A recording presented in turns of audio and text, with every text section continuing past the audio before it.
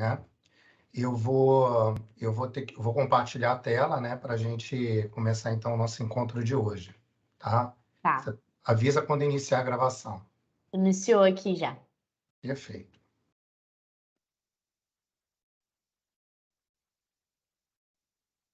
Só um adendo, pessoal, se alguém não estiver vendo a tela compartilhada do professor, sinaliza no chat que a gente tenta resolver, tá? Aí o professor para de compartilhar, compartilha de novo, porque tá acontecendo com alguma frequência isso. Boa noite, gente. Bom, quem não me assistiu na aula anterior, eu me chamo Vicente.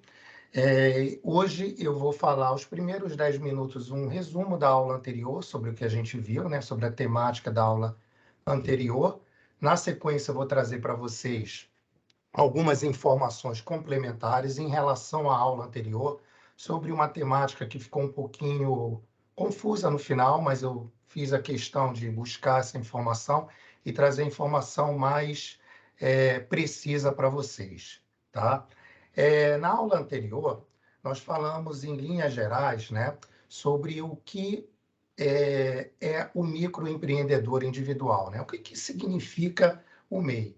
Nós vimos na aula anterior que o microempreendedor individual ele foi criado em 2009, né, com o objetivo de tirar da informalidade aqueles profissionais autônomos, né, e aqueles pequenos empreendedores, tá certo? E a gente ressaltou de forma muito clara, muito precisa na aula anterior, que o MEI ele possui uma personalidade jurídica própria. Em outras palavras, o MEI ele tem um CNPJ próprio.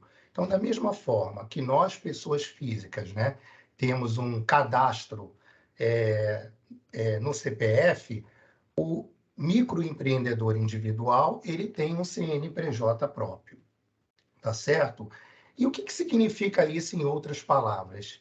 Isso significa que isso permite ao MEI, né, ele ter diversas facilidades, como, por exemplo, a abertura de contas como pessoa jurídica, tá? Empréstimos com taxas de juros mais favoráveis, poder emitir notas fiscais quando você vende o seu produto para outra pessoa jurídica, tá certo? Então, nós ressaltamos de forma muito clara que o MEI ele é o menor modelo, né, de empresa disponível no Brasil na atualidade. E ele, por ser o menor modelo de empresa disponível no Brasil, ele tem um limite de faturamento anual. E que limite é esse? Nós verificamos na aula anterior que é limitado a um limite de R$ 81 mil anuais. Além disso, gente, nós discorremos sobre algumas diferenças entre o que é o empresário individual e o microempreendedor individual. Basicamente, o empresário individual permite um limite de faturamento mais amplo e permite também algumas regras tributárias um pouco mais amplas em relação ao microempreendedor individual. A gente destacou também na aula passada algumas estatísticas, né, sobre, aqui no Brasil, sobre o MEI, dando destaque à sua importância sobre os negócios hoje em curso no Brasil. Então, a gente destacou de maneira muito clara que o MEI hoje representa uma parcela significativa de todas as empresas que hoje funcionam no Brasil, tá certo? Nós informamos também que qualquer pessoa em sua...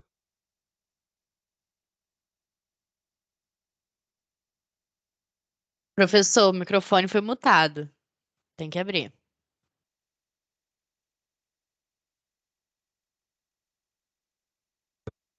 Voltou? Abriu agora, mas parou de compartilhar. Opa, então calma aí, gente.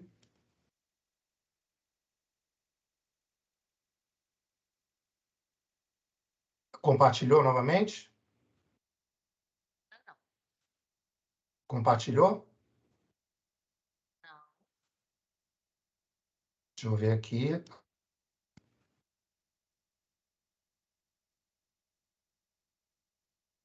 Vocês estão vendo Foi, agora novamente? foi. Foi? Então, me desculpa.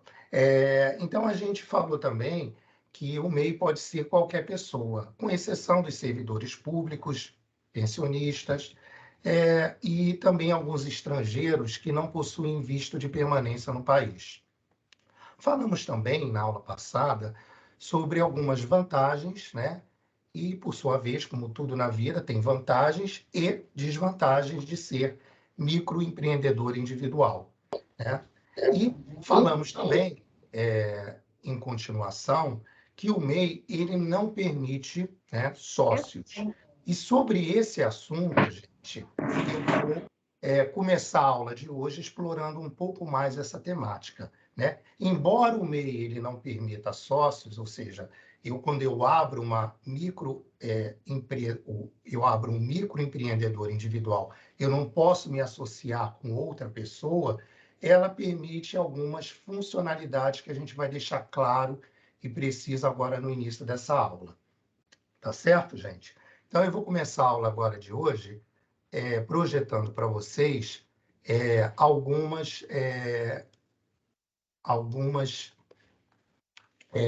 das características que eu não deixei muito claro na aula passada. Uma delas é o seguinte: em primeiro lugar, o MEI, embora ele não permita sócios, o MEI ele pode ter um funcionário? Sim ou não? Então, eu busquei essa informação para vocês de forma muito precisa no Sebrae. E, de fato, sim, embora tenha ficado confuso na aula anterior, o MEI pode contratar, sim, apenas um único funcionário. Contratar um funcionário, gente, não significa você ter aquele funcionário como sócio da empresa. Você está contratando ele como se você estivesse contratando um empregado qualquer, tá certo? Então, segundo a legislação vigente, o MEI pode, por enquanto, ter apenas um único funcionário, tá certo? E, dessa forma, o seu salário também ele deve ser limitado. Por que eu digo por enquanto? Eu digo por enquanto porque a legislação está sempre mudando ao longo do tempo. E existe um projeto em tramitação no Congresso, na Câmara, que pode ampliar a contratação de mais de um funcionário pelo microempreendedor individual. Tá ok? Então, alguma dúvida? Posso seguir? Então, vamos lá. Como eu disse, né, o MEI, o microempreendedor individual não permite mais de um sócio, é um único sócio, mas permite, né, segundo a legislação, a contratação de um único funcionário, onde o seu salário deve ser limitado. Mas existe atualmente em curso um projeto de lei complementar, esse projeto que eu estou apresentando para vocês aqui na tela, de número 108, cujo objetivo é, em primeiro lugar, ampliar o limite de faturamento do MEI, ou seja, subir o limite de faturamento de hoje, que está em R$ 81 mil, para R$ 130 mil anuais. Bem como se esse... Pois não? Desculpa interromper, São José levantou a mão, tá? Tá, só um Quando instante. finalizar, pode dar a palavra para ele, se quiser. Pode falar.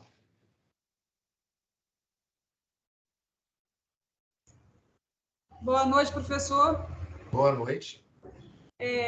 Eu vou repetir a pergunta da semana passada, que ficou realmente meio confuso, como o senhor mesmo já disse, a questão de ter um funcionário, o MEI.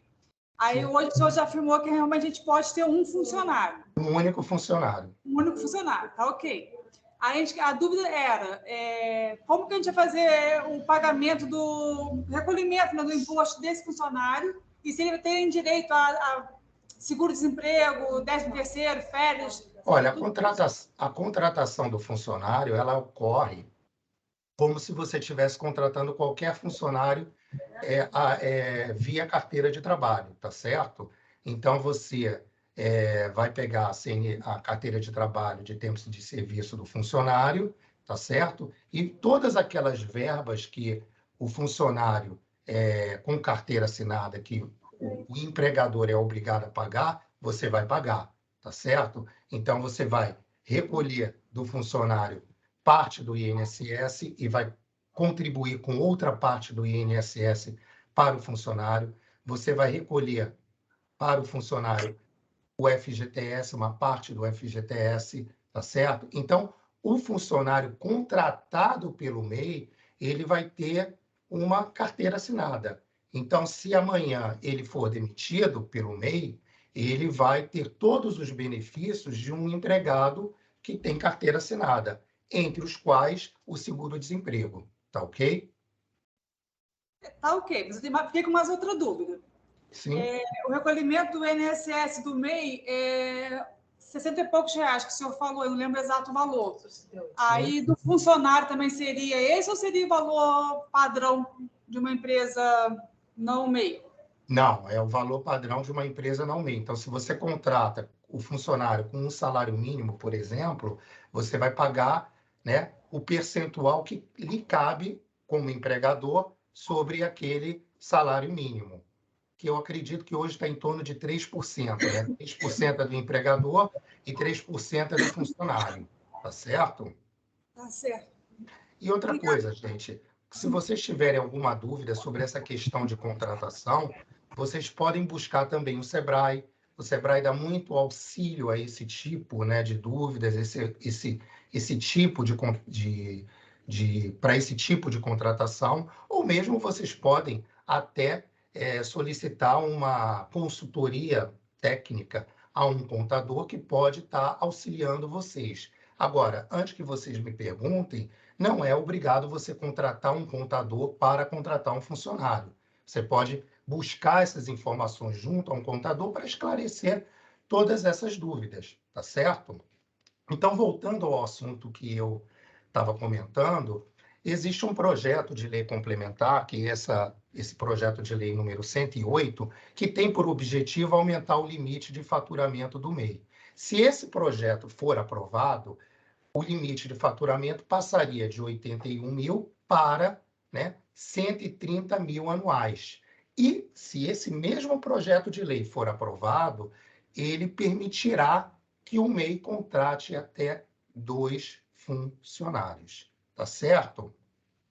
Mas isso é vigente? Não. Por que não é vigente? Porque esse projeto ainda está tramitando na Câmara, tá? Na Câmara dos Deputados. Eu coloquei aqui embaixo o endereço da internet, aonde você, clicando nesse link aqui, você consegue ver exatamente aonde está a tramitação do projeto. E uma vez aprovado, esse projeto ele é sancionado pelo presidente da República para então entrar em vigor.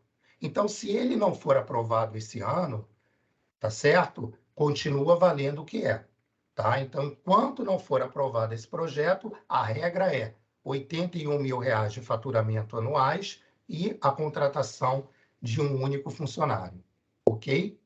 Eu só vou mostrar aqui para vocês, rapidamente, não sei se vocês estão chegando, esse projeto de lei complementar, tem aqui o site aqui da Câmara que mostra o caminho da proposta, né? Então, mostra todo a tramitação detalhada, né? É um projeto que vem desde agosto de 2021, mas ainda não foi aprovado.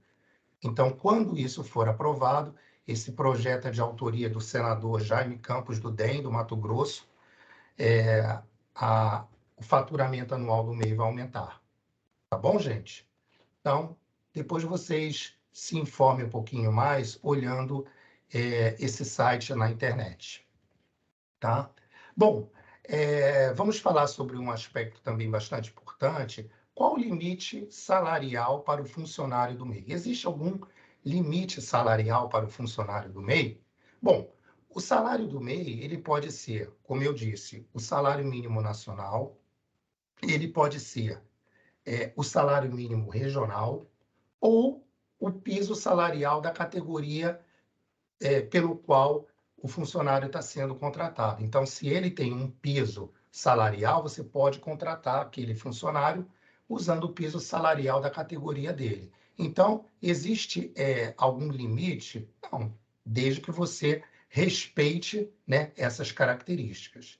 E com relação ao piso salarial, é importante ressaltar que ele é definido, né, por convenções, podendo ser consultado no site do Ministério do Trabalho, ou então mesmo no sindicato da categoria do trabalhador. Então, antes de contratar um funcionário, se informe, tá?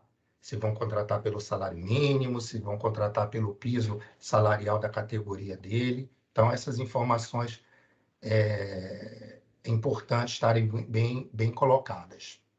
Muito bem. Um outro aspecto importante é que o limite do faturamento do MEI, ele muda ao contratar um funcionário. Em outras palavras, quando eu, MEI, contrato um funcionário, o meu limite de faturamento ele muda? Sim ou não? Não. Ou seja, o MEI ele pode ter um funcionário, mas isso não significa que o limite de faturamento anual seja alterado. Portanto, senhores, se eu tenho como limite de faturamento R$ 81.000, independentemente da contratação de um funcionário ou não, esse limite, né, ele precisa ser respeitado, tá? Uma coisa é uma coisa, outra coisa é outra coisa, né? Em outras palavras, né? Eu contrato um funcionário, pago lá o salário mínimo dele, mas isso não tem nada a ver com o meu limite de faturamento. Uma coisa não impacta na outra. Tá bom, gente? Alguma dúvida? Bom, seguindo na nossa apresentação, tudo isso que eu apresentei aqui para vocês, esses detalhes, vocês podem buscar nesse site, nesse blog do Sebrae. Então, eu busquei essas informações no Sebrae de Santa Catarina. Se você... Perdão, aqui, só um minutinho. Se você... Vou trazer aqui para vocês. Se vocês acessarem essa informação na internet, tem esse blog, onde tem todas as informações necessárias e dúvidas que, porventura, vocês possam ter, né? Se o MEI pode ter funcionário, quantos funcionários, a questão do limite salarial, a questão da documentação necessária, né? Que o funcionário deve apresentar para o MEI ao ser contratado, né? A questão da rotina, se ela muda quando eu contrato um funcionário, quais são as obrigações do MEI com o funcionário, o que é o e-social, se eu preciso contratar um contador ao contratar um funcionário, né? Se isso é difícil, fazer tudo isso por conta própria. Então, essas informações vocês vão buscar com mais detalhes nesse blog aqui do Sebrae, que esclarece de forma muito mais profunda do que eu apresentei aqui para vocês, né? Apresenta mais detalhes sobre essas questões. Tá bom, gente? Então, retomando aqui a nossa apresentação, a gente vai entrar propriamente, né, na aula de hoje, né? Que é a aula que é o segundo tema, né? A gente vai conversar hoje, né? Vai discutir hoje sobre linhas de crédito, tá certo? Quais são os tipos de linha de crédito hoje, né, disponíveis para os microempreendedores? Alguém tem alguma dúvida sobre o que eu explanei agora, gente? Posso seguir com um novo assunto?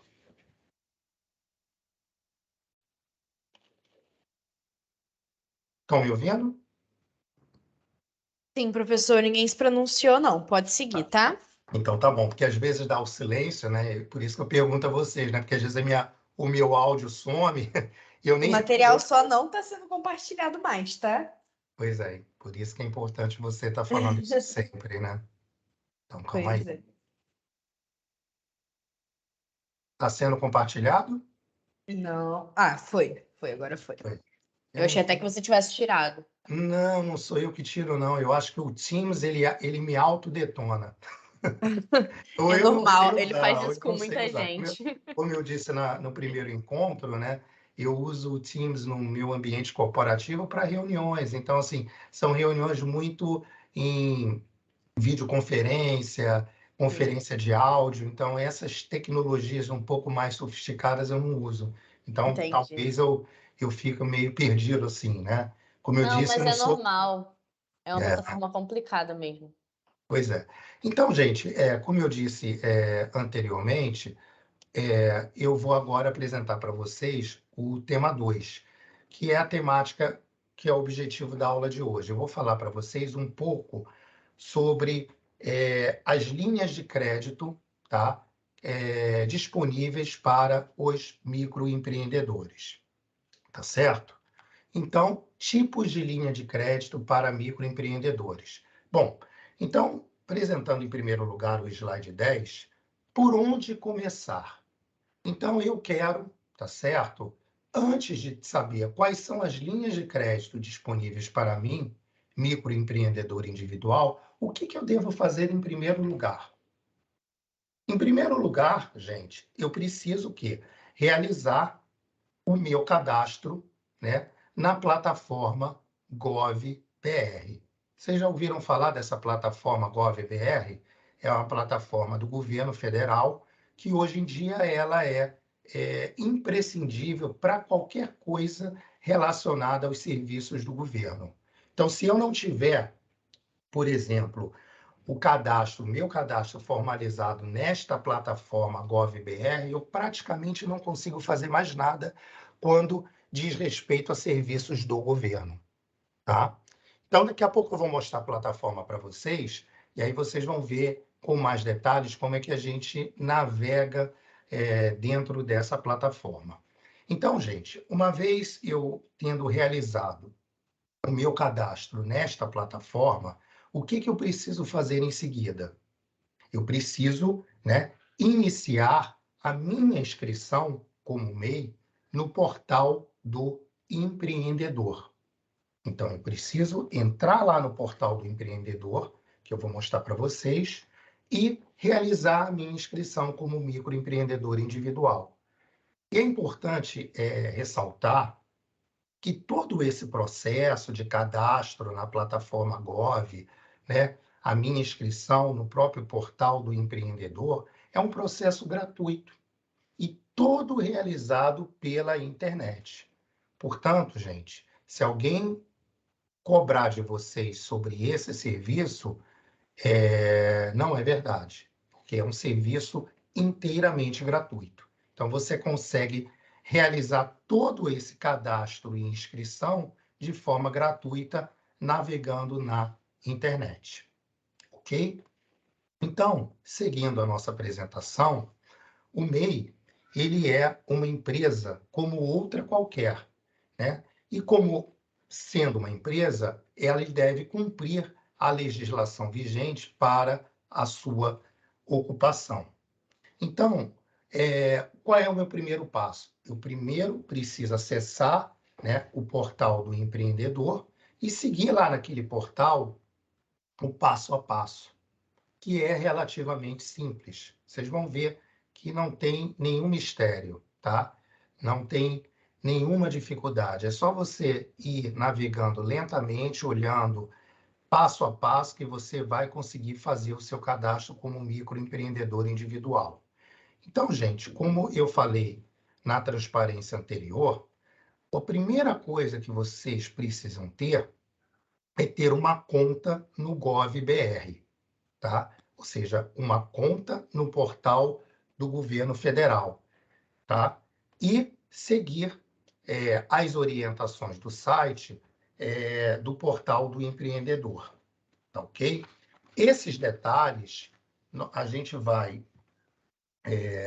enxergar nesta página aqui, que eu tô... Sumiu aqui. Nesta página aqui, que eu coloquei aqui na transparência para Professor, vocês. saiu o compartilhamento. Perfeito. Só um minutinho.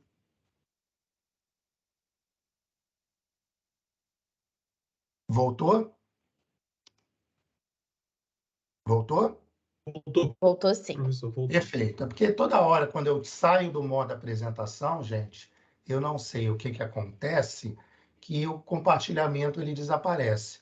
Então, eu vou mostrar aqui para vocês esse portal. Esse portal aqui do empreendedor, é esse portal aqui que você está na apresentação, o endereço da internet. Então, se vocês observarem, nesse portal do empreendedor, você vai ver uma coisa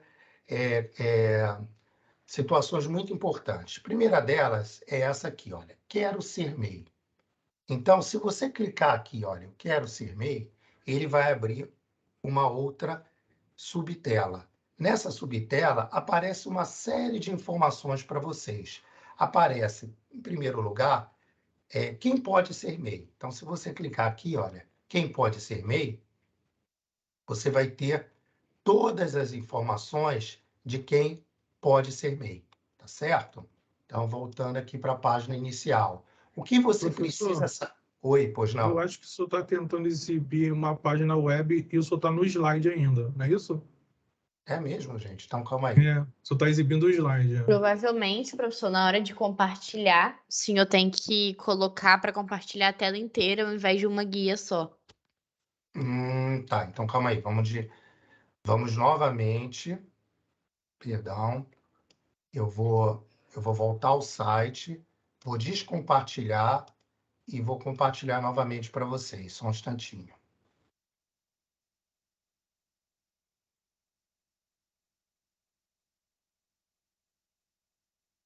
Apareceu?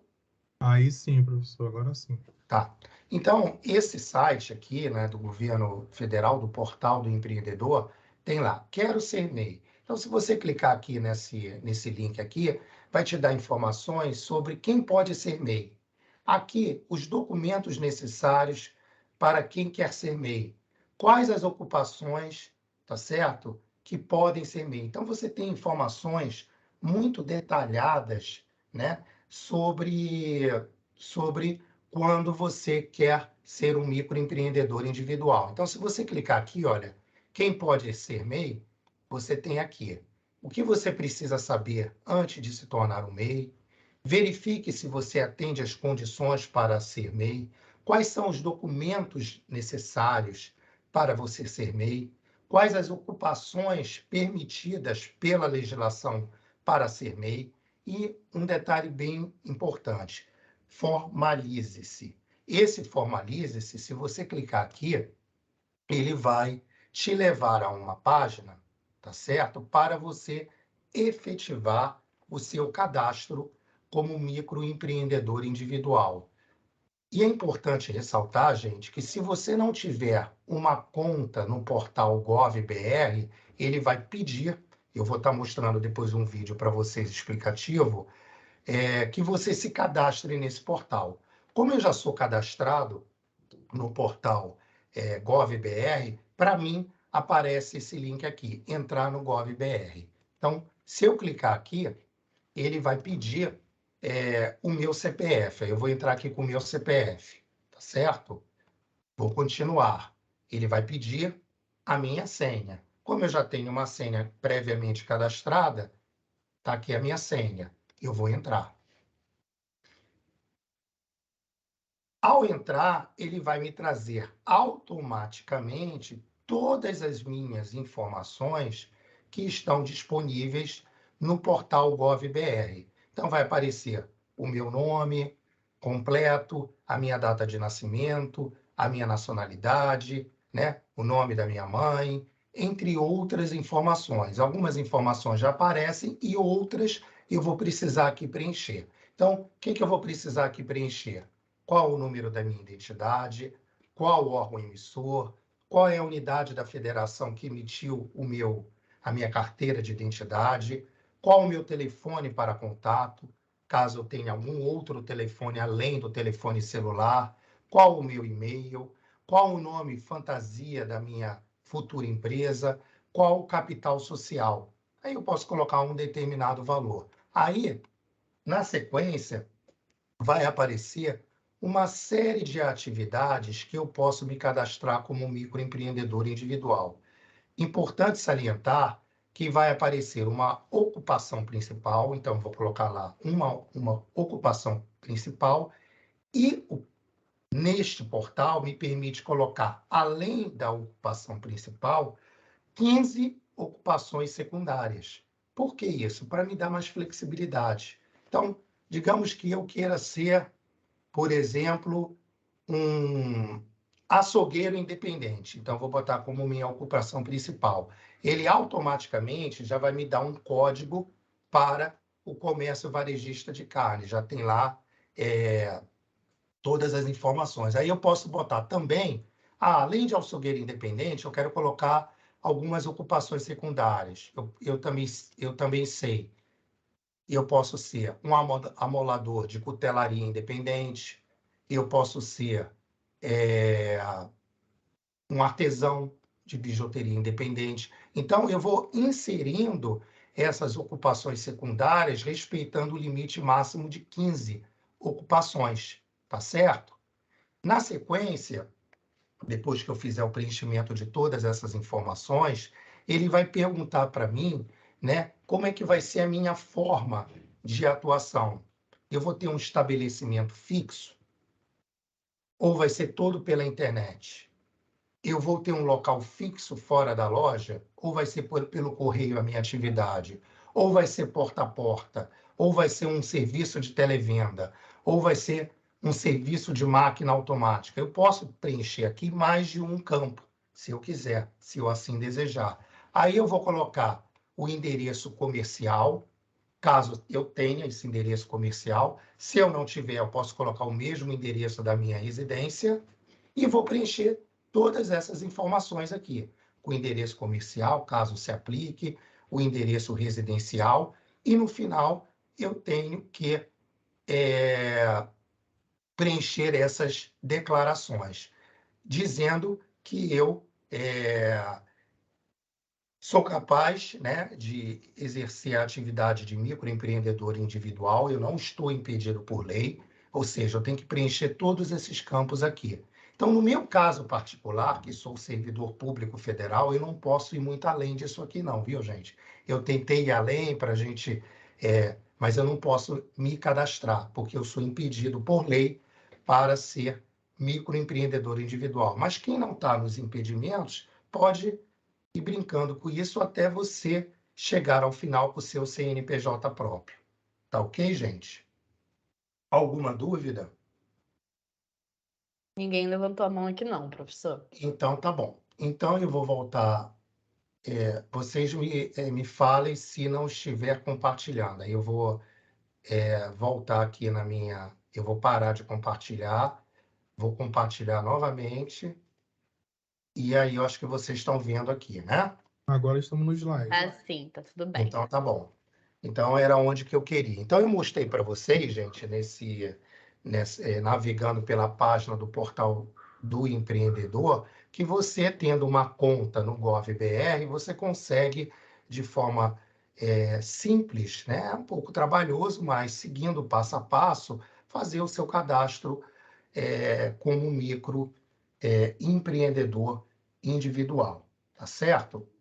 Então, vamos seguir aqui a nossa apresentação, mostrando aqui para vocês os documentos necessários para você ser um microempreendedor individual. Então, primeiro documento, talvez o mais importante, o RG, seus dados de contato, né? O nosso endereço, o seu endereço residencial, os dados do seu negócio, que tipo de ocupação vocês vão colocar ali como ocupação principal, que tipo de ocupação secundária, você respeitando o limite de 15 ocupações, a forma de atuação e o local onde o negócio vai ser realizado. Vai ser via internet, vai ser com endereço fixo, né?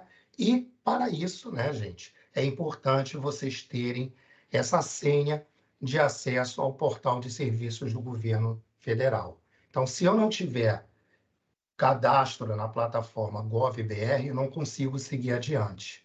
Aliás, hoje em dia, se você não tiver o cadastro na plataforma GovBR, eu acho que você não consegue nem emitir um certificado de vacinação.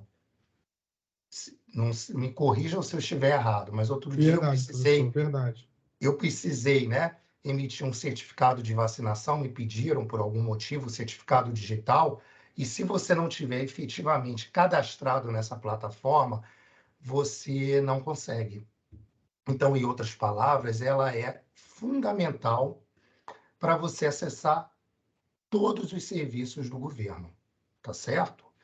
Então, seguindo a nossa apresentação, se você possui o cadastro, né, nessa plataforma gov.br, você deve ter um nível que eles chamam de nível prata ou ouro, para você ter acesso a essas funcionalidades do portal do empreendedor. Porque se eu não for prata ou ouro na plataforma gov.br, eles lá especificam quais são os requisitos para você ser nível prata ou ser nível ouro. Eu não consigo seguir adiante. Se eu for, por exemplo, bronze, que eles qualificam dessa forma: bronze, prata e ouro. Se eu for bronze, eu não consigo fazer nada. Então, tem que ser prata ou tem que ser ouro. No meu caso particular, eu sou prata. Então, eu sendo prata, eu consigo seguir adiante. Então, se eu não possuo, eu tenho esse cadastro nessa plataforma gov.br, eu tenho que fazer o meu cadastro, tá? E, ao fazer o meu cadastro, eu tenho que finalizar e acessar novamente o portal do empreendedor, clicando no que eu mostrei para vocês em formalize-se, tá ok?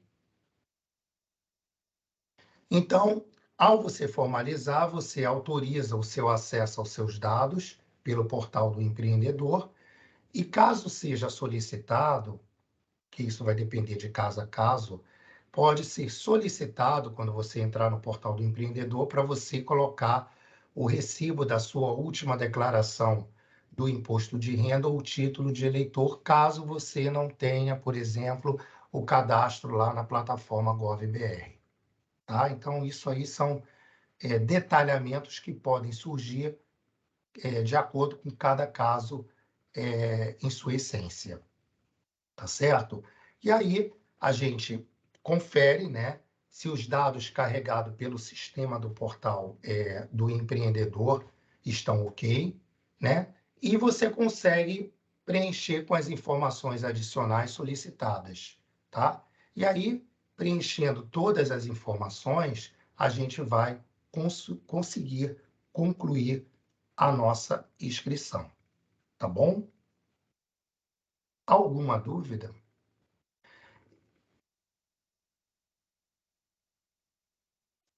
Dúvidas, senhores? Professor, ninguém levantou a mão, não. Não, né? Então, eu vou trazer para vocês, né? Só um instantinho. Eu vou trazer para vocês um vídeo explicativo do YouTube que mostra para vocês, um vídeo do Sebrae do Paraná, sobre como você abrir passo a passo utilizando o portal do empreendedor.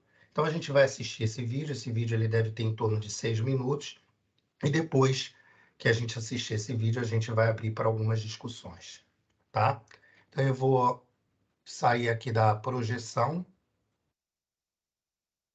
Deixa eu só ver aqui, só um instantinho. Eu acho que você... Incluir o som, tá, professor? Calma aí. O vídeo, gente, ele está aqui, ó, nesse endereço da página web. Então, eu vou clicar aqui.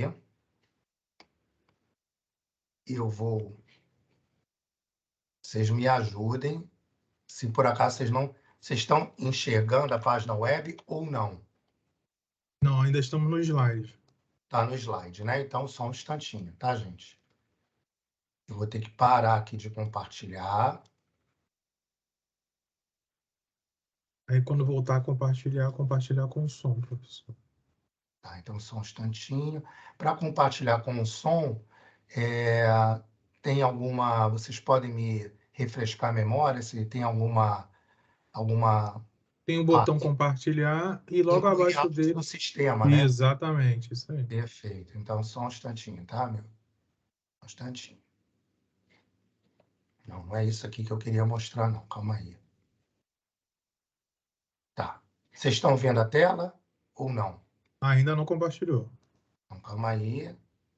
Incluir áudio do sistema. Estão vendo? Agora foi, Agora professor. sim.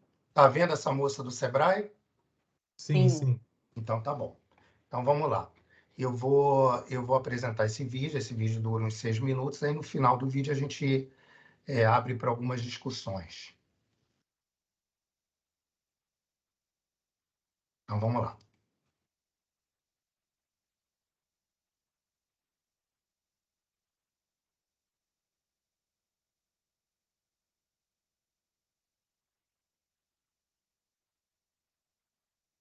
Professor, tá sem o som. Só um instantinho. Só um instantinho, gente. Falaram que tá sem o som.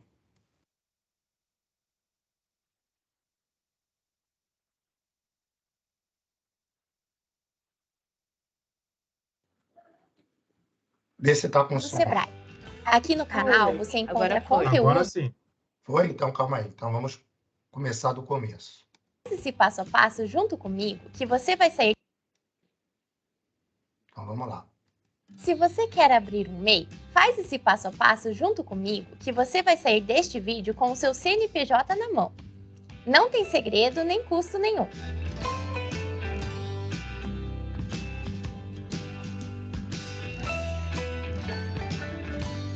Meu nome é Joyce Vilar, sou consultora do Sebrae. Aqui no canal você encontra conteúdo sobre empreendedorismo. Toda terça às 11 horas temos vídeos novos. Então já se inscreva no canal e aperte o sininho para não perder nenhuma novidade. Muita gente acha que é preciso contratar um contador para abrir um MEI, mas isso não é verdade. Você mesmo pode fazer tudo pela internet, no computador ou no celular. Outro engano muito comum é cair em sites que oferecem o serviço por um determinado preço. Mas não caia nessa. É totalmente grátis abrir o seu MEI. O único custo que o MEI tem é uma taxa referente ao imposto do governo, que deve ser paga mensalmente, sempre no mesmo valor. Mas isso não tem nada a ver com o momento da abertura, que é totalmente grátis mesmo, ok? Então vamos lá! Em primeiro lugar, confira se você se enquadra no perfil do microempreendedor individual. Algumas categorias, como médicos, dentistas, psicólogos, advogados e engenheiros, normalmente não podem ser MEI. O MEI pode exercer atividades de comércio, indústria, prestação de serviços ou mais de uma dessas categorias ao mesmo tempo. Por exemplo, se você produz alimentos congelados e você mesmo vende, você se encaixa em indústria e comércio. Se você faz edição de vídeos, você presta um serviço. Pelo menos uma das atividades da sua empresa deve constar na lista de atividades permitidas para os MEIs. Essa lista você encontra no gov.br/MEI. Quero ser MEI? Ocupações permitidas. Mas vou colocar o link da lista aqui na descrição do vídeo para você também. O MEI tem um faturamento limite de até R$ 81 mil ao ano.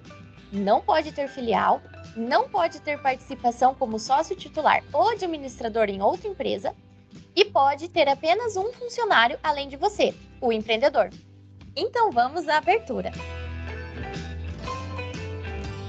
Entre no site do governo, gov.br/MEI. Selecione Quero ser MEI. Em seguida, formalize-se. Você será levado à página de acesso ao site do governo. Faça o login usando seu CPF e senha. Se você ainda não tiver cadastro, faça o seu selecionando Crie sua conta.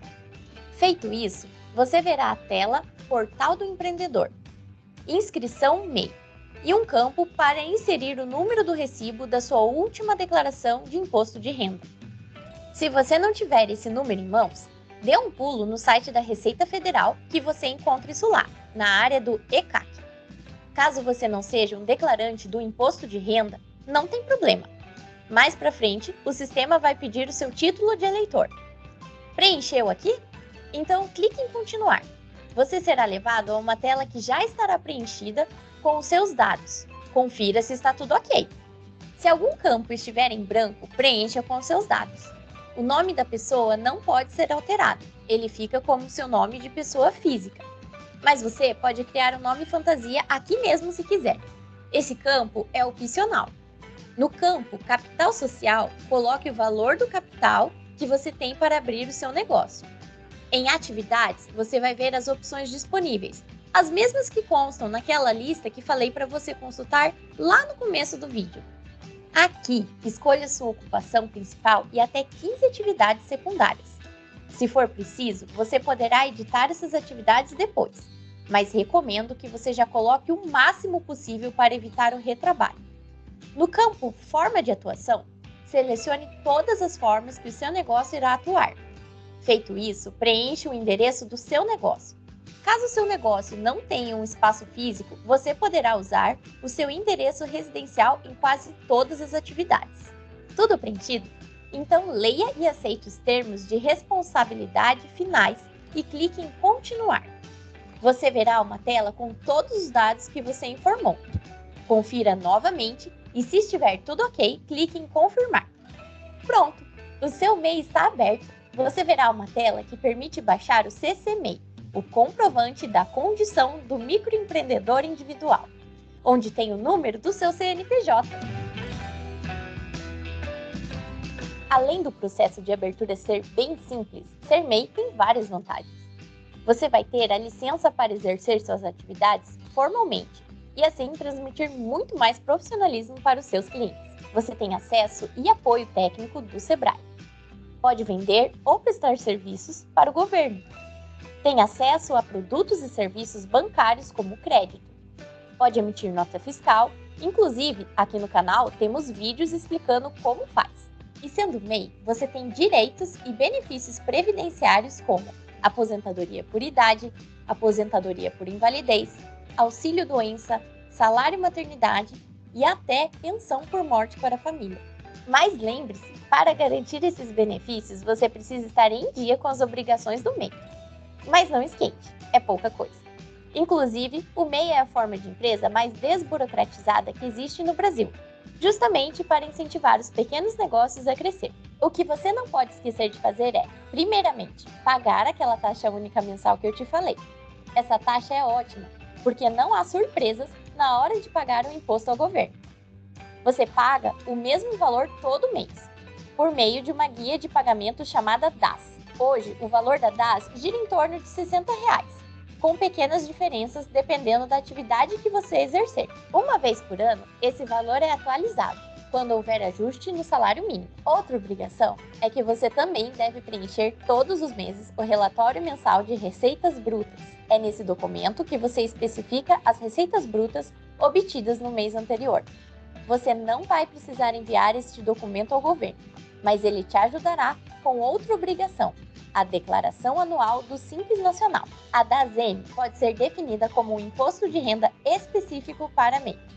Ela é gratuita e você pode fazer pelo site do gov.br. Basicamente, o que você precisa fazer é informar o valor da receita do ano anterior.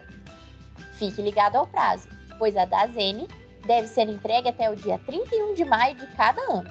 Se houver atraso, haverá multa.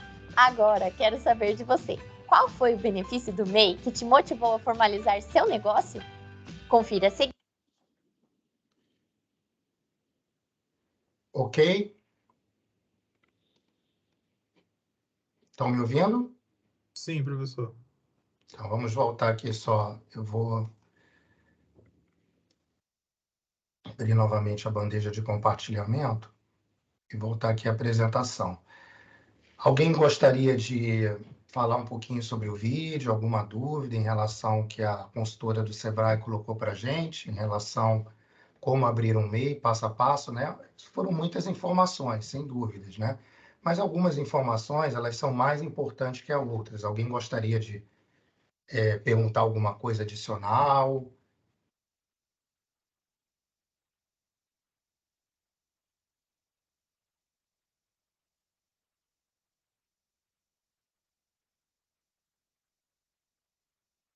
Ninguém se pronunciou, não, professor. Não, Então, assim, basicamente, né, a gente viu nesse vídeo, né, da consultora do Sebrae, no passo a passo, que é um processo, né, relativamente simples abrir um MEI, né? Você precisa, em primeiro lugar, como eu falei, ter o cadastro, né, na plataforma Gov.br. Para quem não tem o cadastro, tem que realizar aquele cadastro lá previamente. Ele vai te pedir algumas informações, como título de eleitor, se você declara imposto de renda, a cópia do número do último recibo da declaração. Feito o cadastro na plataforma Gov.br, você precisa passar, então, o seu nível para prata ou ouro. E uma vez feito isso, você, então, formalize-se lá no site, né? Seguindo o passo a passo, preenchendo todas as informações que o passo a passo vai lhe solicitar. Você vê que é uma coisa bem é ampla, né? Você pode escolher uma atividade principal e 15 atividades secundárias. A consultora do Sebrae falou uma coisa bem interessante no vídeo.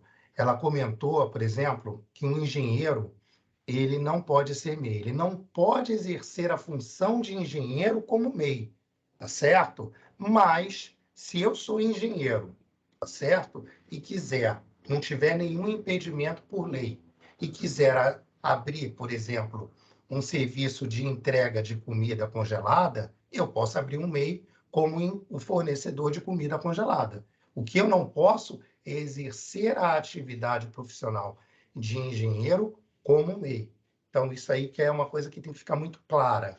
A minha formação profissional não impede de eu realizar uma outra atividade como microempreendedor individual, né? Exceto aquelas situações que a lei coloca lá. Servidor público, estrangeiro sem visto permanente, né? Então, aquelas exceções, tirando aquelas exceções, qualquer pessoa pode abrir, ser um microempreendedor individual. E uma outra característica bem interessante que ela colocou e que eu volto a repetir aqui para vocês durante todo esse curso é que o MEI ele não dá surpresas, né, gente? Uma vez feito o cadastro, a gente sabe que todo mês a gente vai pagar aquele valor mensal. Então, a gente vai pagar aquele valor, que é um percentual sobre o valor do salário mínimo vigente, mais o ICMS, caso ele se aplique à sua atividade, ou o ISS, caso ele se aplique à sua atividade. Então, aquele valor de 60 e poucos reais, independentemente do faturamento da minha empresa, é um valor fixo. Então, eu não tenho surpresas, entendeu? Entre um mês e outro. Então, esse mês de agosto eu paguei 60 e pouco, eu sei que no mês de setembro eu vou pagar 60 e pouco, que no mês de outubro eu vou pagar 60 e pouco, e assim sucessivamente. Quando o salário mínimo, que normalmente ele muda no início de cada ano, mudar, aí aquele valor vai mudar, tá bom? Então, isso aí cria, eu diria que uma previsibilidade de pagamento. Então, essa é uma grande vantagem, né? Então, é importante que um microempreendedor individual ele esteja com os seus pagamentos em dia, com as suas obrigações em dia, caso, né, aconteça algum problema, sofreu um acidente, ficou doente, se eu completei aquela carência mínima de pagamentos e eu estou com os pagamentos em dia, eu vou ter direito àqueles benefícios previdenciários, tá bom, gente? Então, é tranquilo, não é difícil e o Sebrae ele tem muitos mais vídeos explicativos que pode estar auxiliando vocês, né, a fazer esse cadastro como microempreendedor individual, tá bom? Tem alguma dúvida sobre o que eu coloquei aqui, sobre a minha explicação? Sim ou não? Professor, São José, está com a mão levantada. Deixa eu só voltar aqui a... Pode falar.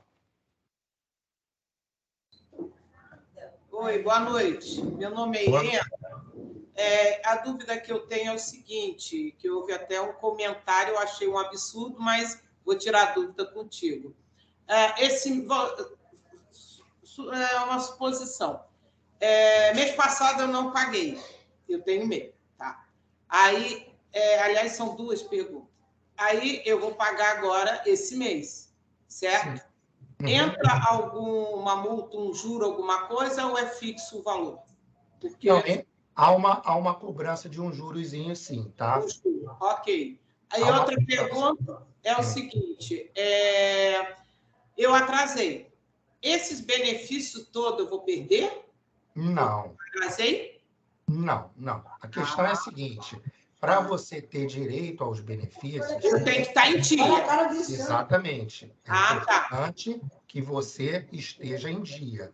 Mas existem alguns benefícios que aí você tem que buscar lá, lá no próprio portal do empreendedor.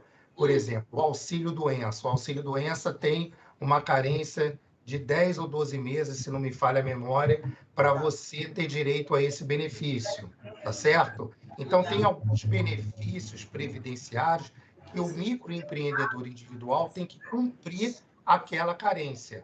Então, em outras palavras, se eu pagar, eu me cadastrei hoje, no mês... Vamos pensar que hoje seja setembro, né? Que é 31 de agosto. Eu me cadastrei agora em setembro, tá? Aí paguei setembro, outubro. Eu fiquei doente em outubro. Eu vou ter direito àquele salário mínimo? Não. Por quê? Porque eu preciso cumprir aquela carência. Tá. Sei. Então, isso é porque justamente houve um comentário, foi até numa sala do Sebrae, e havia um contador, e na hora ele colocou que não, se você atrasou, você perde, mesmo continuando depois a pagar, você vai perder isso tudo.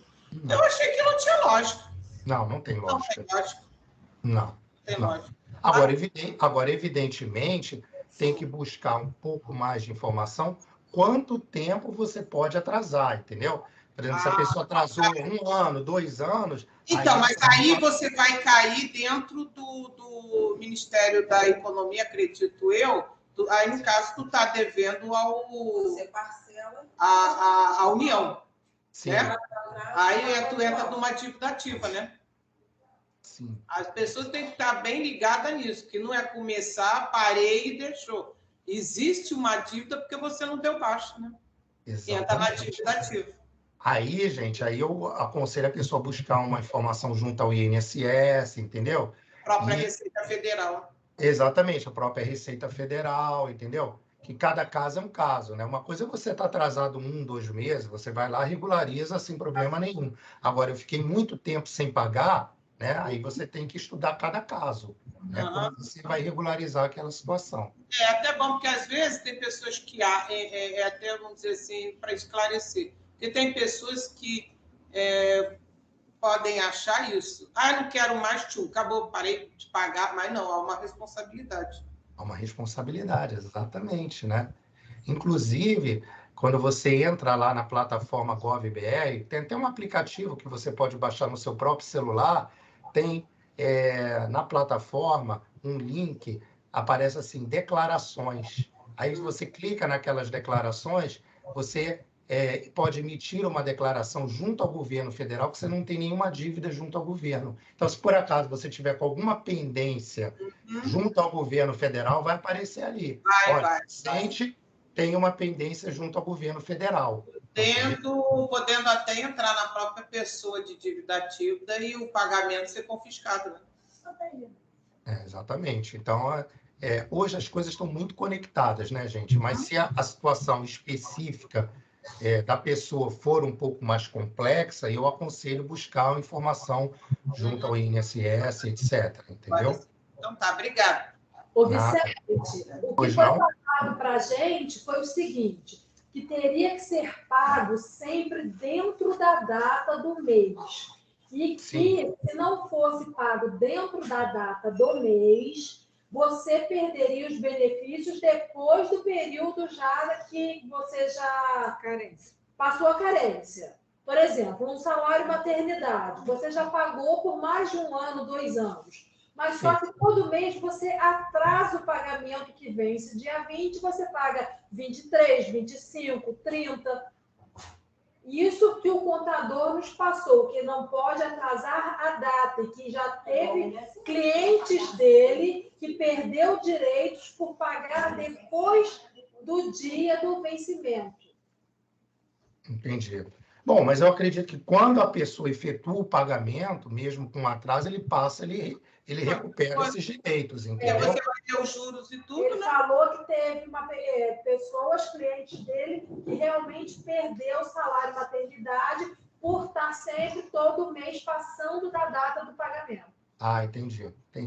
Pode acontecer essa situação sim, gente. Então, é importante, quando você está recebendo algum benefício, ficar atento à data do pagamento, né? A data do pagamento tem que colocar um lembrete lá no celular, ou um lembrete no papelzinho, entendeu? Eu sei que a vida está difícil, mas a gente... É que nem a gente, por exemplo, deixa de pagar uma conta de luz. Se a gente deixa de pagar uma conta de luz e demora muito, vão lá e cortam tua luz. Por isso que eu Tá, compro gente? de mês. Hoje em dia, você não pode ficar muito tempo sem pagar a coisa, né? Então, atrasou, paga imediatamente, entendeu? Se está recebendo algum benefício, mais importante ainda, não atrasa, entendeu? É porque eles vão lá e cortam, né, gente? Então tá, obrigada. Nada. Acho que alguém mais levantou a mão. Sim, Casimiro de professor, Abreu, né? Casimiro. Professor, Pois não? com relação a essa questão do primeiro ano, eu tive uma informação aqui na cidade, a seguinte informação. Vamos dizer, você faz o cadastro e começa a pagar. Então, você só vai ter os direitos a partir de um ano que você pagou essas mensalidades, certo? Certo. A informação que me passaram é a seguinte: você pagou 3 meses, parou de pagar, não, ficou 2 meses sem pagar. Esse um ano ele só vai começar a ser contado a partir da próxima mensalidade que você pagar, entendeu? Vamos dizer, eu paguei janeiro, fevereiro, março, fiquei abril e junho sem pagar. Voltei a pagar em julho, então esse período de um ano vai ser contabilizado a partir de julho de 2022. Isso procede? Olha, eu vou anotar essa sua pergunta e posso trazer depois essa sua pergunta aqui para você, porque eu tenho que confirmar essa informação, tá? Sim, tá ok. Porque isso aí é uma situação específica e eu vou buscar essa informação. Então, por exemplo, eu paguei janeiro, fevereiro, aí março. Aí, a partir de abril, eu deixei de pagar. Aí, eu paguei abril e maio. Eu voltei a pagar em junho. Aí, o que você fala? Que essa carência começa a contar a partir de junho, não é isso? Sim, sim. Tá. Por eu ter quebrado aí esse um ano, entendeu? Entendi. Eu vou buscar essa informação porque eu não tenho a convicção total de te dizer se isso procede ou não. Então, eu Tá busco, ok. quando eu tiver essa informação correta, eu passo isso para você. Qual é o seu nome? É Cláudio. Tá bom, Cláudio. Obrigado. Obrigado. Obrigado. Outra dúvida?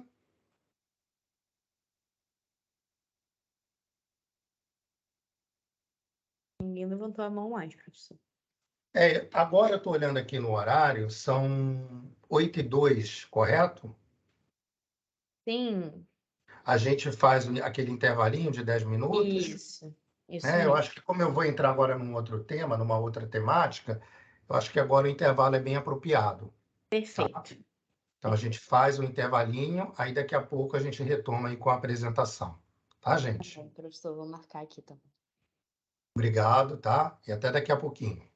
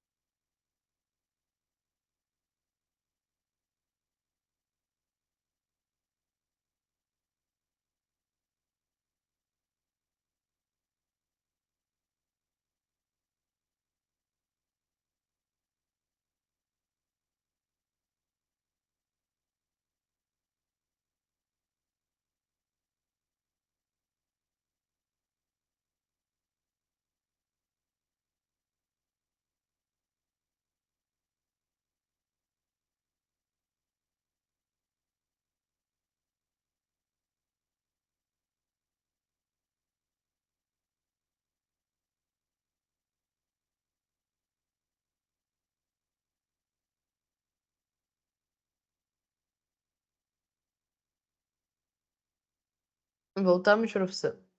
Deu Estou os 10 voltando. minutos já. Estou voltando. Estão me ouvindo? Sim, certinho. Tá. Só um instantinho.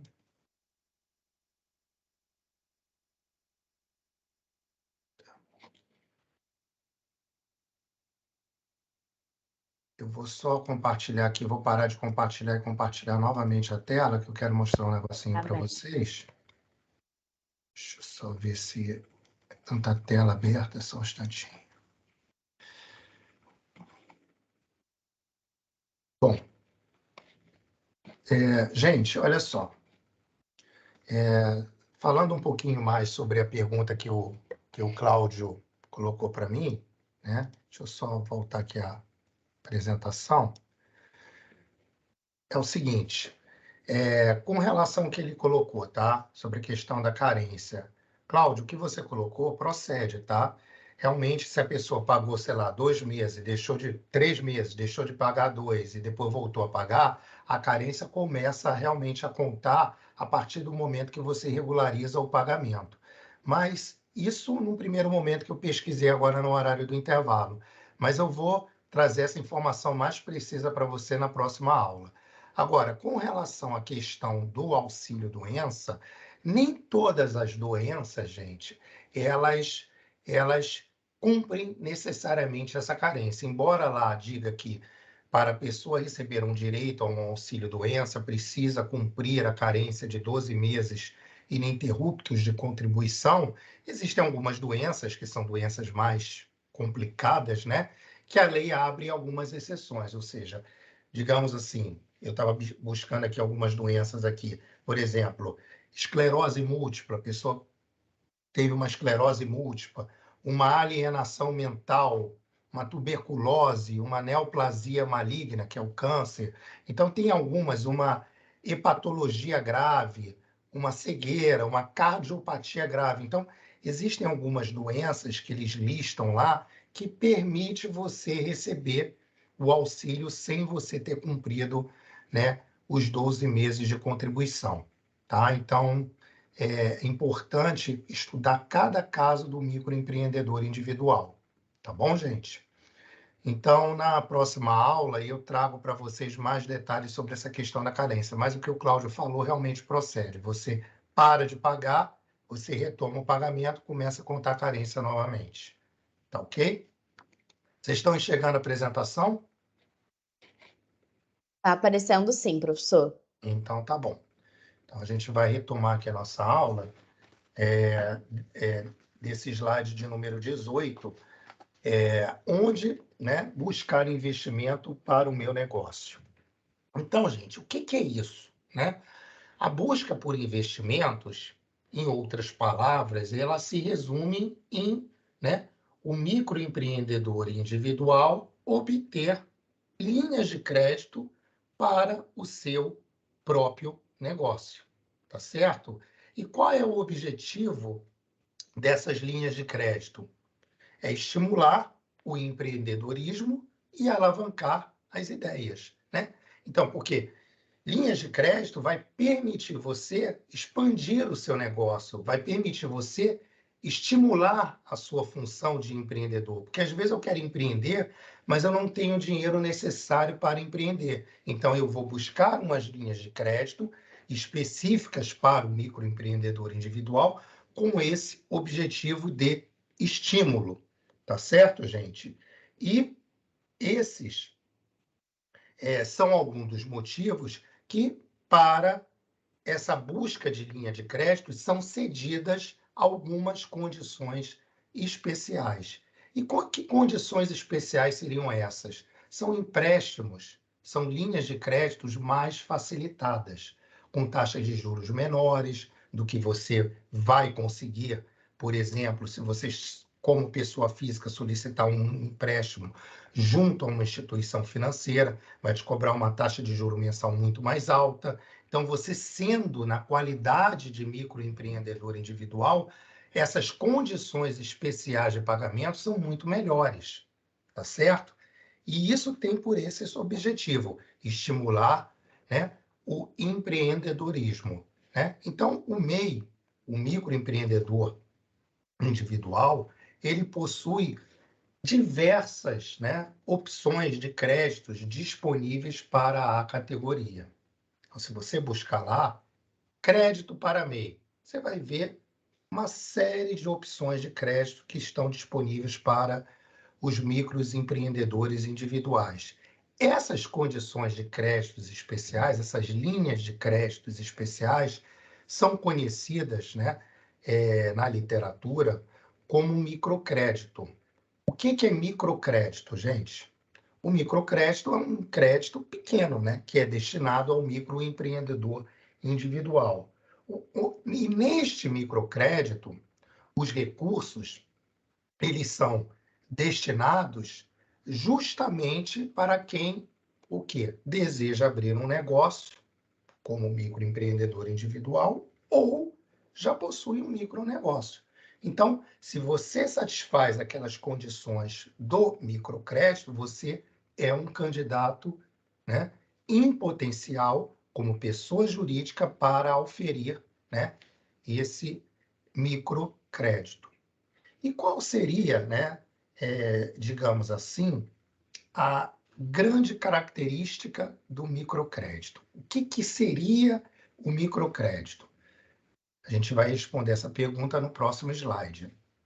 O microcrédito, gente, basicamente é a concessão, tá, de empréstimos de baixo valor, por isso que o nome micro, né? Se fosse alto valor seria macrocrédito, como é pequenininho, microcrédito, tá?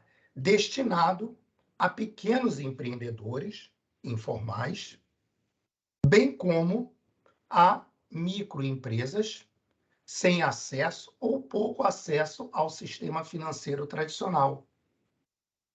Essas empresas, elas normalmente não têm como oferecer garantias reais, porque se você for, digamos assim, a uma instituição financeira solicitar o crédito, a instituição financeira, você na qualidade de empresa, vai te exigir garantia. Você tem um maquinário para me dar de garantia caso você não pague o crédito?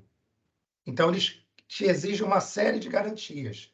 Então, esta linha de crédito, esse crédito ele é dado de forma muito mais facilitada. Então, essas garantias normalmente não são exigidas e ele é destinado a esses pequenos empreendedores informais. Mas, como tudo na vida, né, como o próprio nome diz, é um microcrédito. Eu consigo solicitar, por exemplo, R$100 mil de microcrédito? Não, tem os limites, né? Um valor pequenininho a um determinado valor, justamente para, né, beneficiar aquelas pessoas que não têm condições de oferecer garantias de empréstimo, tá ok? Então, gente, o microcrédito, utilizando essa linha de raciocínio, seria uma proposta, tá, do governo federal, tá, com o objetivo de quê? De incentivar os microempreendedores e, dessa forma, promover o crescimento de renda para a população. Então, eu, na qualidade de microempreendedor, eu consigo um microcrédito para o meu negócio, eu vou conseguir o quê? Capitalizar o meu negócio. Eu vou conseguir comprar, né, aqueles insumos, aquelas matérias-primas que são fundamentais para o meu negócio. Eu conseguindo comprar aqueles insumos, aquela matéria-prima, eu vou conseguir produzir, digamos assim, o produto que eu estou destinado a vender. E eu produzindo aquele produto, eu consigo o quê? Vender aquele produto, tá certo? E aí, eu vendendo aquele produto, eu tenho renda. E eu e outros microempreendedores espalhados por esse país, isso promove, estimula o crescimento de renda para a população, né, gente? Por isso que, num cenário de taxa de juros baixas para a economia, você estimula o crédito. Você estimulando o crédito, você consegue promover o crescimento de renda para a população. Hoje a gente está numa situação muito complicada, né, em termos econômicos. o governo federal, para controlar a inflação, o Banco Central, ele aumenta a taxa Selic, que é a taxa básica de juros na economia. Então, quando você aumenta a taxa Selic, qual a contrapartida que você tem?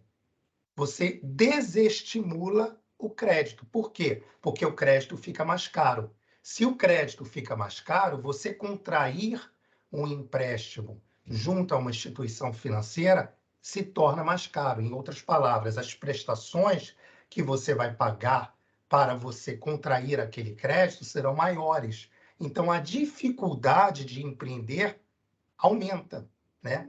Com a taxa de juros crescente, né? Mas por que você aumenta a taxa de juros? Para você controlar a inflação. Então, se você tiver uma inflação mais controlada, eu consigo baixar as taxas de juros e, com isso, eu estimular o crédito. Tá certo? Então, o crédito é um elemento fundamental para você promover o crescimento de renda da população. Em qualquer país do mundo, é importante você dar crédito para as empresas, em especial para as microempresas, para elas poderem, né, tocar os seus negócios, para elas poderem ter o capital necessário para girar o seu negócio e vender os seus produtos. Tá certo, gente? Então, seguindo aqui o nosso estudo, o que é um microcrédito? Então, em outras palavras, é um tipo de empréstimo para pequenos empreendedores que desejam o quê? Ampliar o seu próprio negócio, comprar um equipamento, mudar de estabelecimento, comprar matéria-prima para produzir um determinado produto. Então, é um empréstimo com esta finalidade, tá certo? Para estimular, né, os pequenos empreendedores. E existem, como todo microcrédito, tá?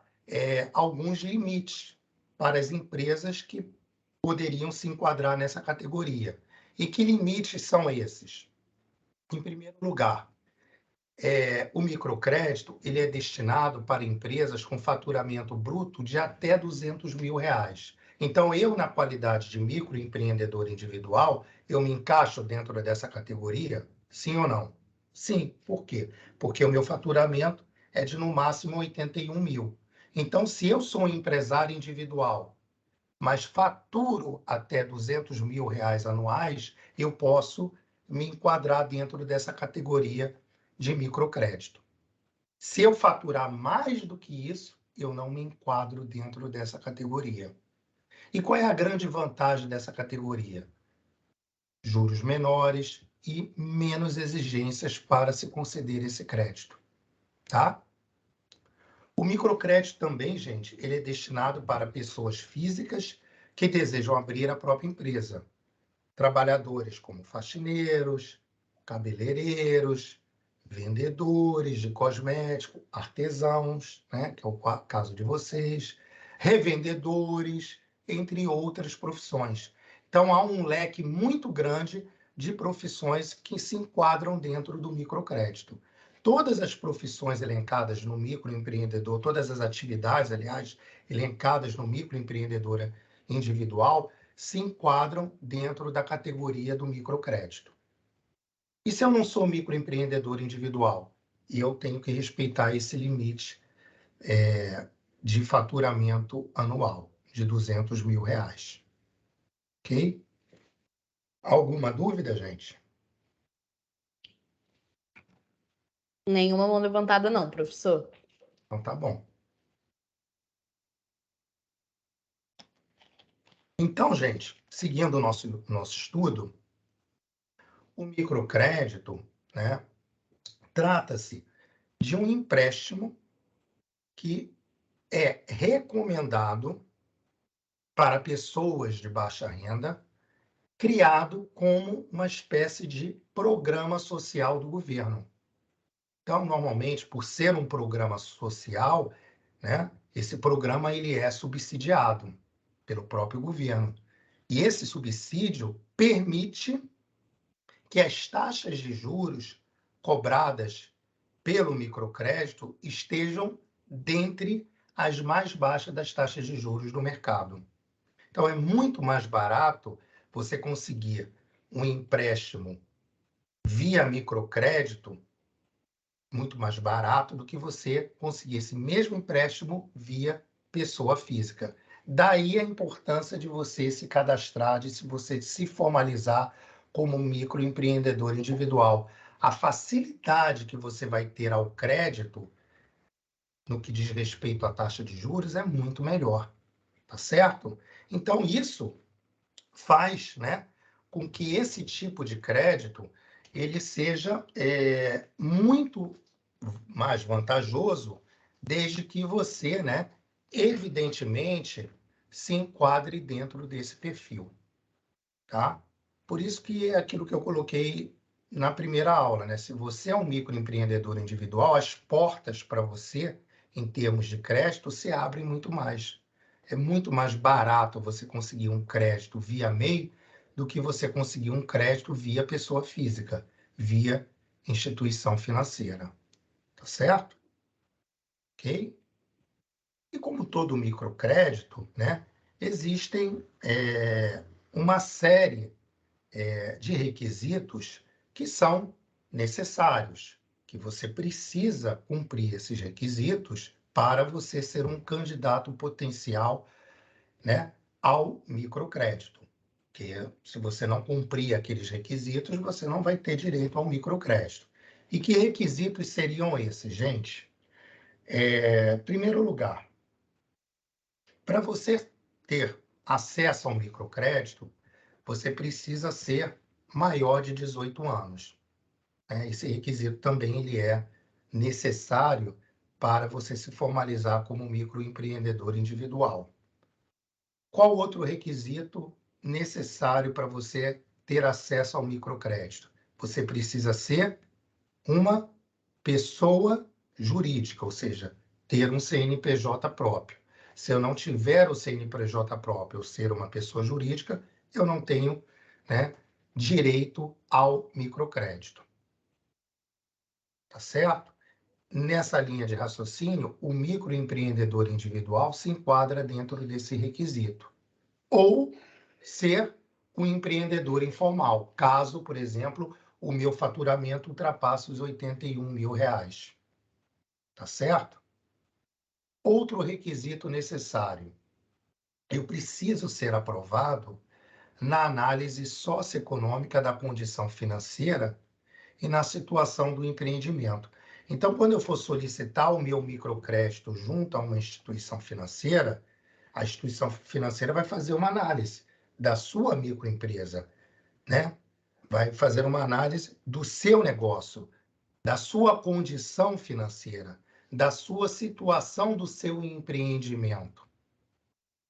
Se por um acaso eu vou lá como na qualidade de MEI, não estou em dia com as minhas contribuições, vou lá junto a uma instituição financeira e solicito o microcrédito, eu vou conseguir esse microcrédito, não estando em dia com as minhas contribuições?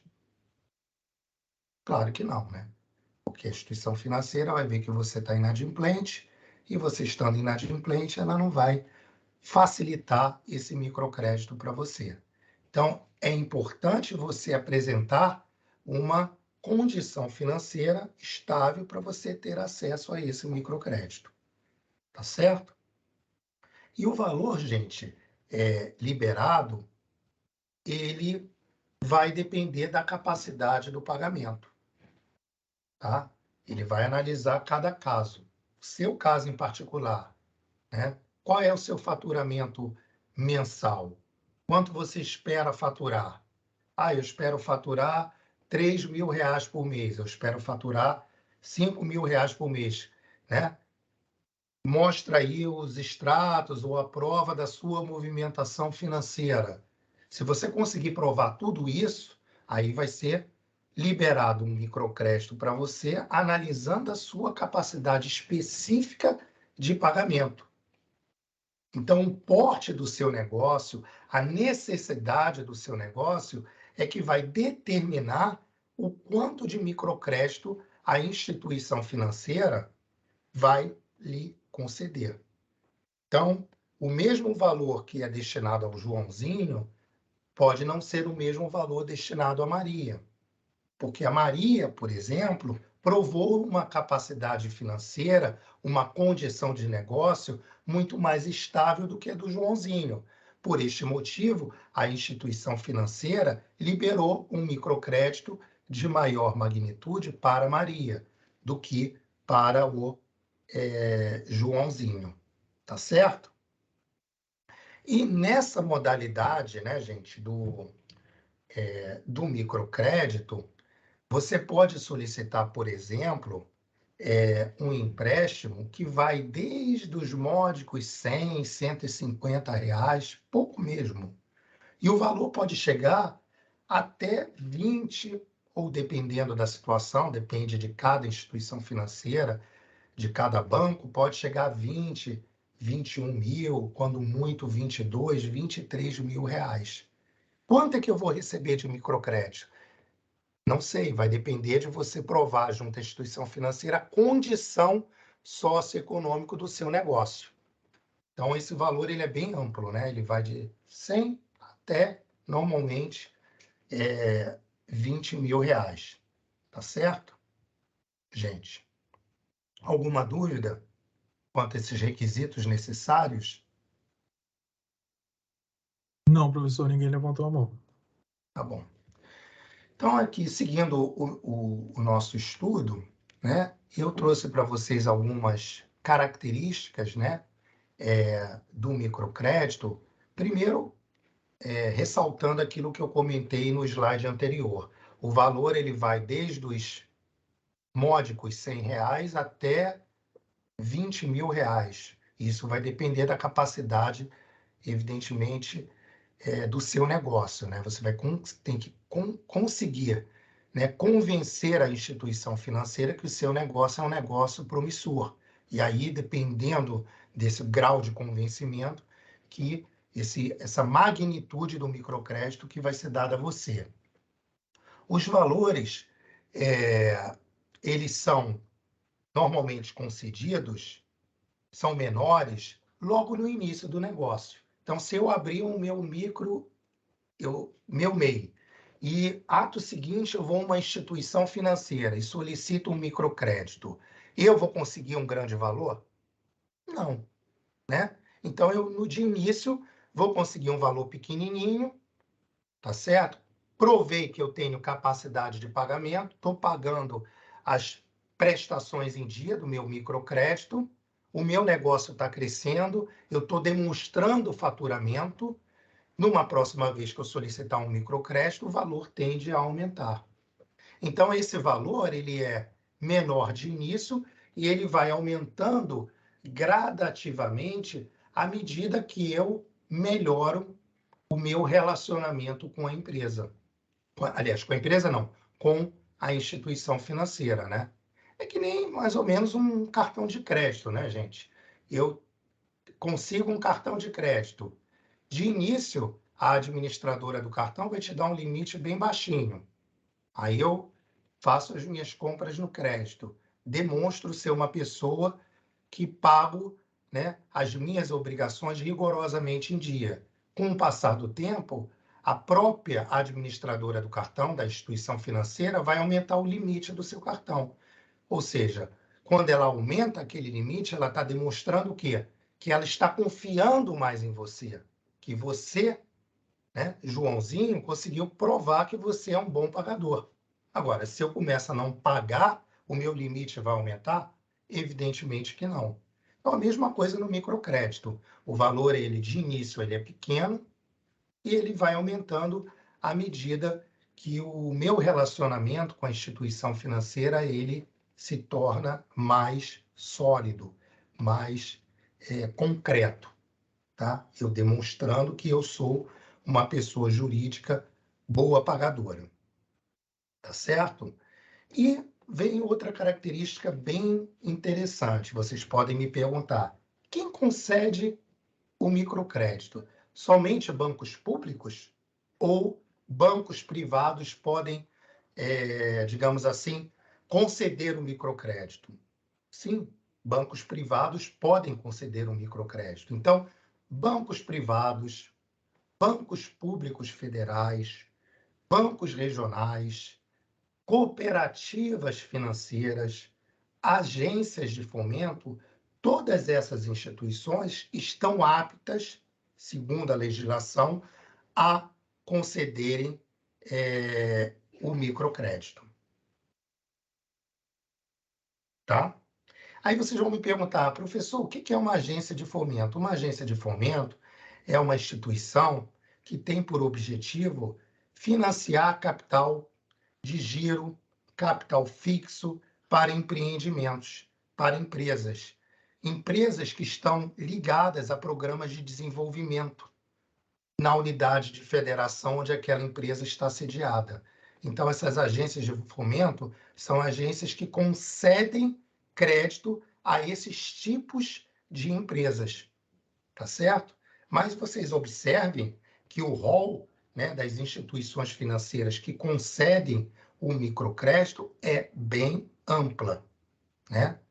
Banco privado, banco público, banco regional, cooperativa financeira, agência de fomento, todas elas, sem nenhuma exceção, concedem o microcrédito.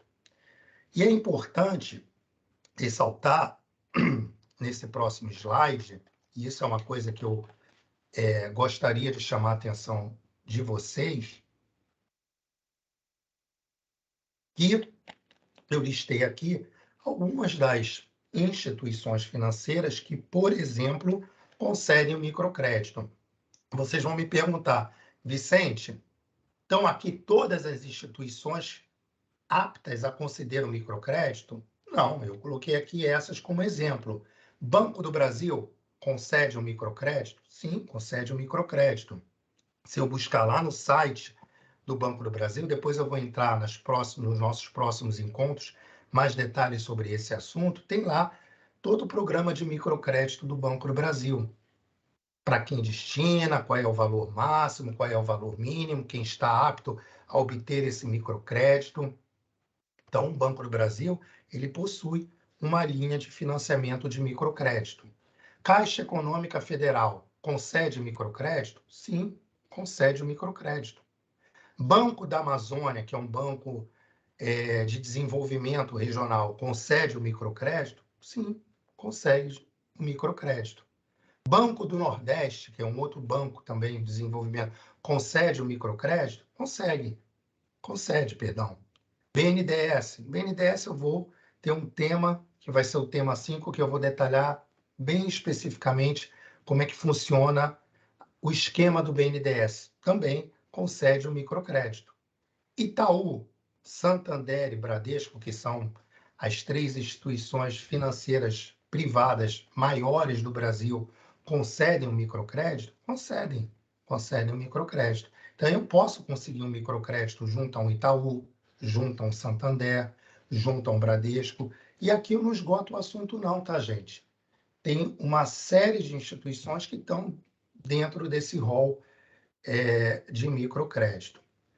Mas é importante ressaltar para vocês que, apresentando aqui esse rol de instituições, e isso eu gostaria de dar um destaque muito especial, que caso os senhores venham a uma instituição solicitar um microcrédito, fujam daquelas instituições que não são reconhecidas pelo Banco Central.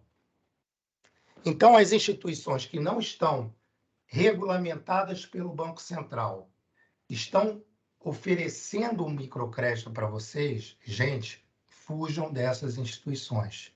Porque somente aquelas reconhecidas pelo Banco Central são aquelas instituições em que você vai ter, digamos assim, uma confiança em receber aquele microcrédito. Porque você, às vezes, pode buscar uma instituição não reconhecida pelo Bacen e você cair num golpe, né?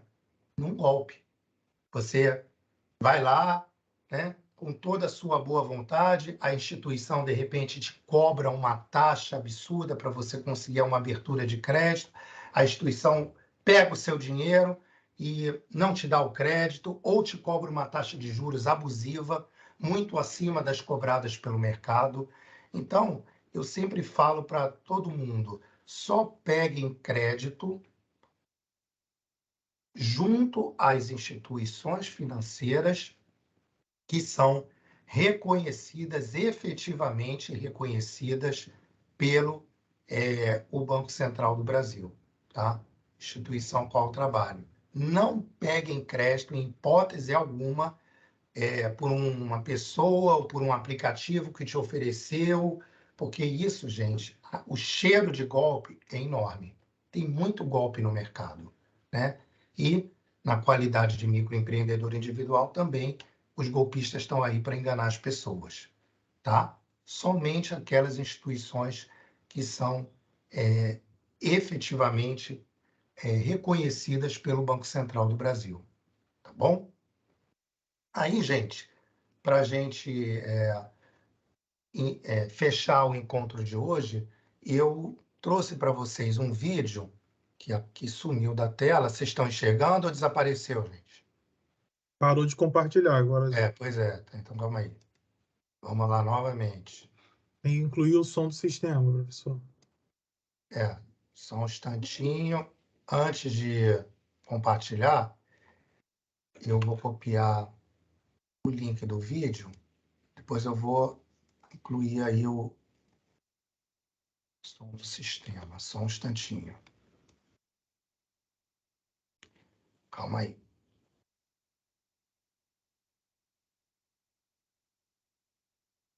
Eu juro a vocês que até o fim desse curso eu vou ficar mais familiarizado a essas mudanças aí. Eu vou começar aqui o vídeo, ver se vocês conseguem ouvir, tá? Se vocês não conseguirem, vocês me avisem, por favor. Empréstimo. Descubra agora quais são as melhores linhas de crédito. Estão ouvindo? Sim, professor, estamos ouvindo. Perfeito. Então, vamos lá. Crédito para o MEI este ano.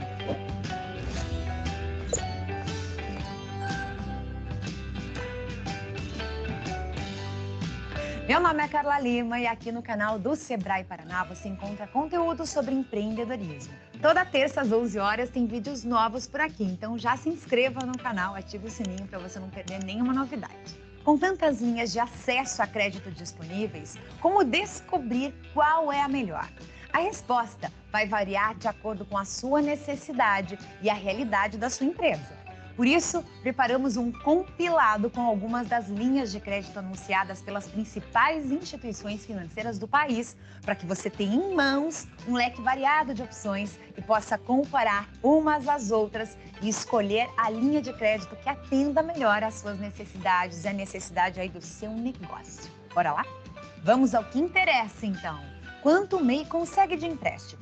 Os valores são bem variados, conforme a linha de crédito e a instituição financeira.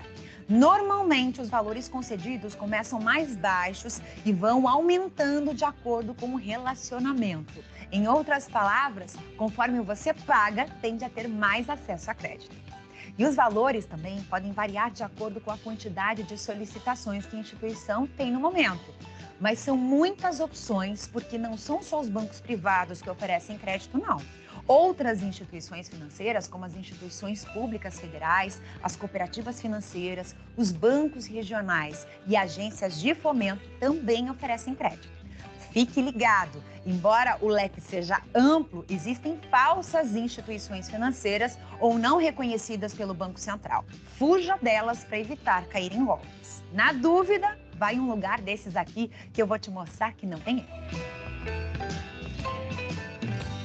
Vou começar com as principais instituições financeiras e de investimento federais, ou seja, que valem para todo o Brasil.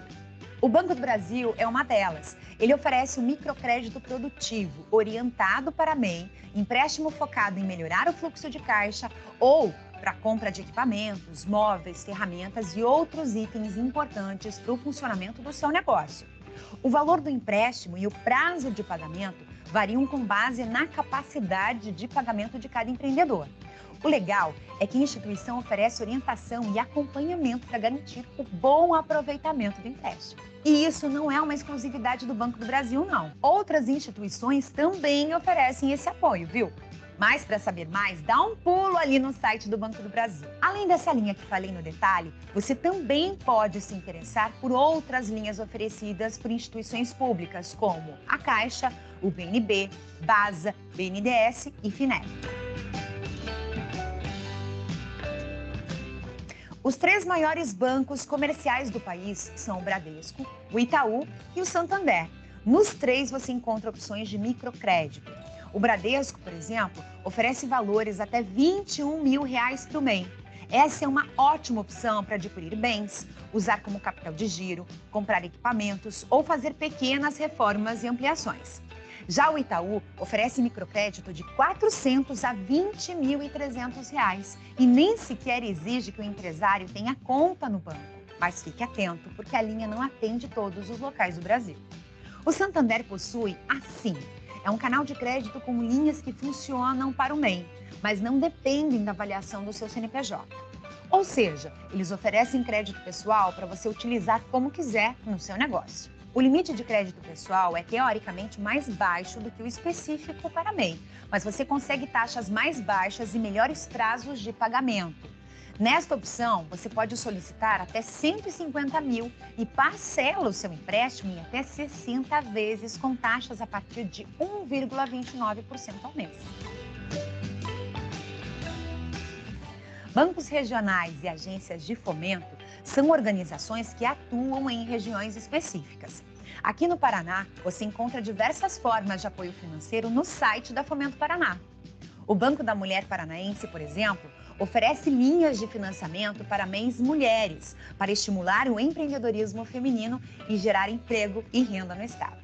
Essa linha é voltada para investimentos como obras de construção, reformas, aquisição de maquinário, equipamentos, mobiliário, layout e capital de giro, para a formação de estoques e manutenção do empreendimento. O valor do crédito varia conforme o tempo de atividade do seu negócio e tem taxas que vão de 0,45% a 1,41% ao mês. Também há diversos sistemas de cooperativas financeiras que possuem linhas de crédito para mês. Essas linhas podem variar conforme a região que você está, ok? Mas em caso de dúvida, entre em contato com a instituição e pergunte por uma linha semelhante a essa que eu vou te passar. A Sicoob é uma das que oferece microcrédito para viabilizar oportunidades de negócio, aumentar o seu capital de giro, adquirir matéria-prima e equipamentos para fazer o seu empreendimento crescer. Os valores e taxas são sob consulta. A Sicredi oferece o microcrédito PNMPO, por meio de um programa governamental que direciona pequenos empréstimos também voltados ao fluxo de caixa e outros pequenos investimentos. Assim como a Sicoob, é preciso entrar em contato com a instituição para saber os valores e taxas disponíveis. Além dessas que eu falei, você também pode encontrar informações importantes no sistema Cressol. Lembrando, pessoal, que essas informações estão sujeitas a alterações por parte das empresas que eu citei, ok?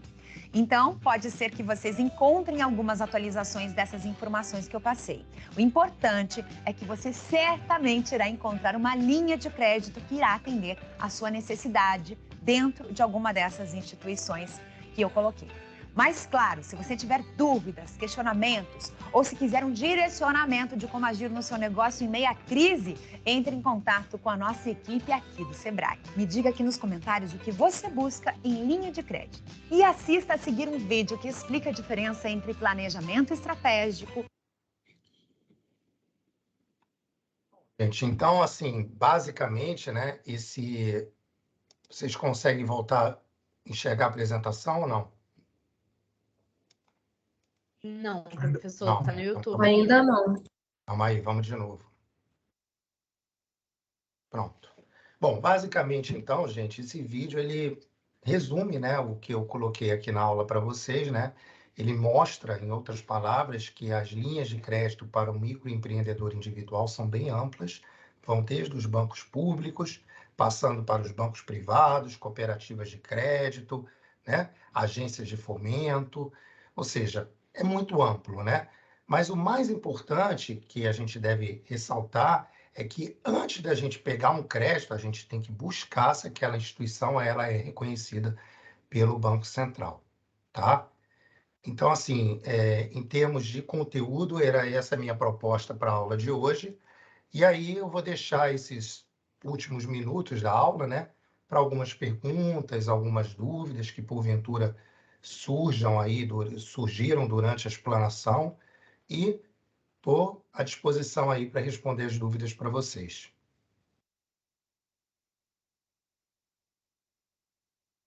Obrigada, professor. Pessoal, alguma dúvida? Podem levantar a mão.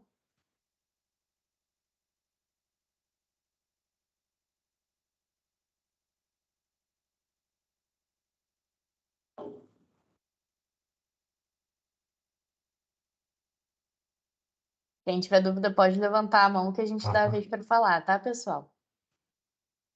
Eu vejo que tem alguns polos que está bastante... Silva Jardim. Silva Jardim? Pode falar.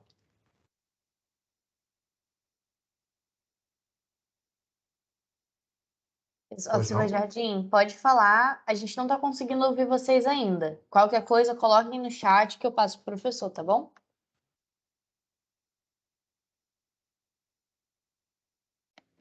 Não estou conseguindo ouvir Silva Jardim, não.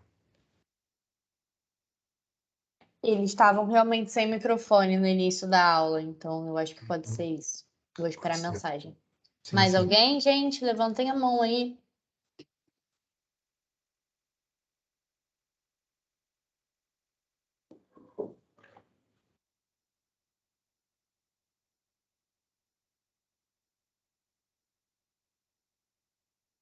Pessoal de Silva, coloquem a dúvida no chat, então, tá bom? Sim, Eu vejo que tem alguns polos que está bastante frio hoje, né? O pessoal está com casaco. Casaco, cachecol. Esse frio que não abandona a gente, né? Tá muito gelado aqui, professor. Casimiro, está gelado, Tá gelado. Aqui é Beira Rio. Aqui no museu é Beira Rio. O pessoal fica até mais quietinho.